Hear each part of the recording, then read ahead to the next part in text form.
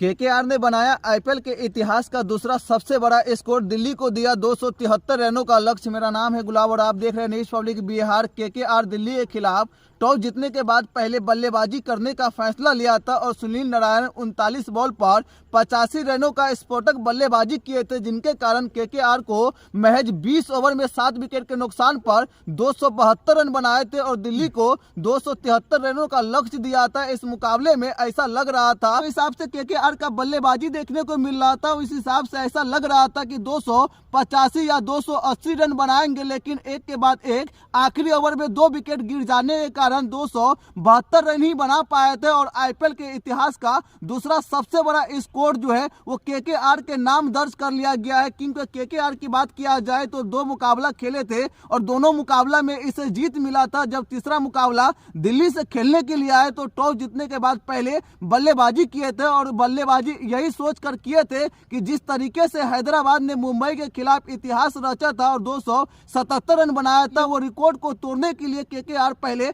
बल्लेबाजी किए बाद सुनील नारायण आउट होकर पवेलियन लौट गए तो सुनील नारायण के जगह पर रसल को भेजा गया था और यही सोच के साथ भेजा गया था कि जो हैदराबाद ने 277 रनों का स्कोर बनाया था, जो इतिहास को पलटने के लिए आखिरी के 2 बॉल पर 2 विकेट आउट होकर पवेलियन लौट गए थे। केकेआर की टीम 272 रन बनाए थे और 273 रन का टारगेट दिए थे। लेकिन आईपीएल जगत के बेमिसाल स्कोरों की बात किया जाए तो आरसीबी की टीम 2013 में 5 विकेट के नुकसान पर 20 ओवर में 263 रन बनाए थे और आईपीएल जगत का सबसे बड़ा स्कोर माना जा रहा था। 2010 में चेन्नई ने 5 विकेट के नुकसान पर 246 रन बनाए थे और 2018 की बात किया जाए तो केकेआर 6 विकेट के नुकसान पर 245 रन बनाए थे। 2008 की बात किया जाए तो चेन्नई 5 विकेट के नुकसान पर 240 रन बनाए थे और आईपीएल जगत का ये सबसे बड़ा स्कोर माना जा रहा था। उसी स्कोर को तोड़ते हुए हैदराबाद ने 277 रन बनाए थे और 278 रन का टारगेट मुंबई को दिया था। मुंबई दिल्ली के बल्लेबाजों की बात किया जाए